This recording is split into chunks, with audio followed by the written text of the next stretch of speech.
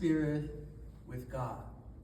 The marriage union is the closest relationship that can exist between two human beings.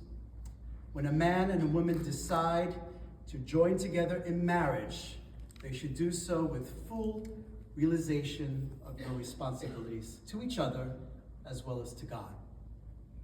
As you pronounce your marriage vows in faith, the power of God goes into operation and a miracle takes place. You are united by God, our Creator, and become one in His sight. A husband and wife are joined together as Jesus is joined to the church. It is an extraordinary biblical union.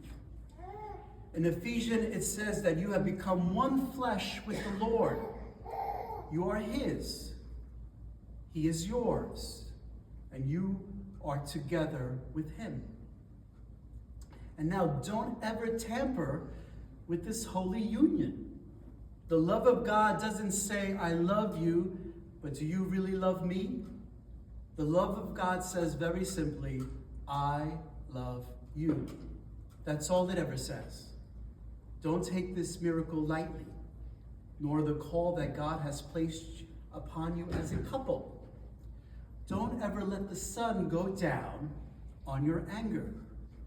In this holy union, something miraculous, something beyond reproach is taking place by the Spirit of God inside your hearts, and it is a precious thing. I'd just like to share a few additional words. In order for you to be able to feed and nourish your union and your marriage, you also need to nourish your souls, your spirits. And you do that both collectively and independently. And Jesus modeled that for us. He took time, he stepped away from the crowd, even his disciples, his family, and his friends, and his bride, the church, to be by himself to pray to God. Right? So for you to nourish your marriage, you also need to take time together, collectively, to be nourished by the Spirit. And we do that through prayer, praying together, meditating on the Word, worship, the sacraments, leading on the fellowship of other believers. And you also do that independently. Right? And so we understand that when Jesus did that, he took even a day, it says in one particular passage in Matthew, he took a day to pray and set himself to be still before God and sent his disciples on their way. And then when they encountered him again, Jesus was walking on water.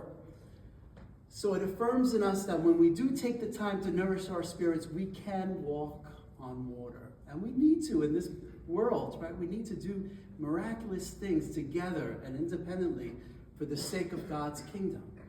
And then Jesus, being present on the water, turned to Peter and gave him the courage, come and walk on water. And I've seen, Craig, you've taken that risk, right? Leaving your job, starting a new life because you were moved by the love that you have found today.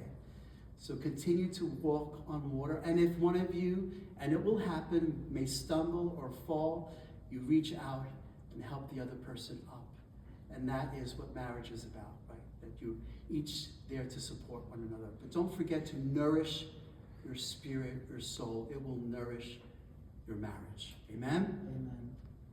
It says here specifically in Ecclesiastes 4:9-12, two are better than one because they have a good reward for their toil. For if they fall, right, think of that image of Peter falling in the water, one will lift up his fellow. But woe to him who is alone when he falls and has not another to lift him up. Again, if two lie together, they keep warm. But how can one keep warm alone? This is the scriptures, my friends.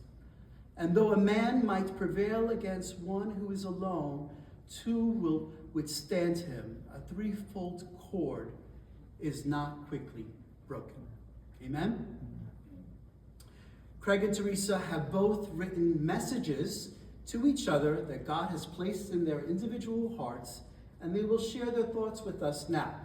And we'll start with ladies first. Teresa. You can look at Craig while you're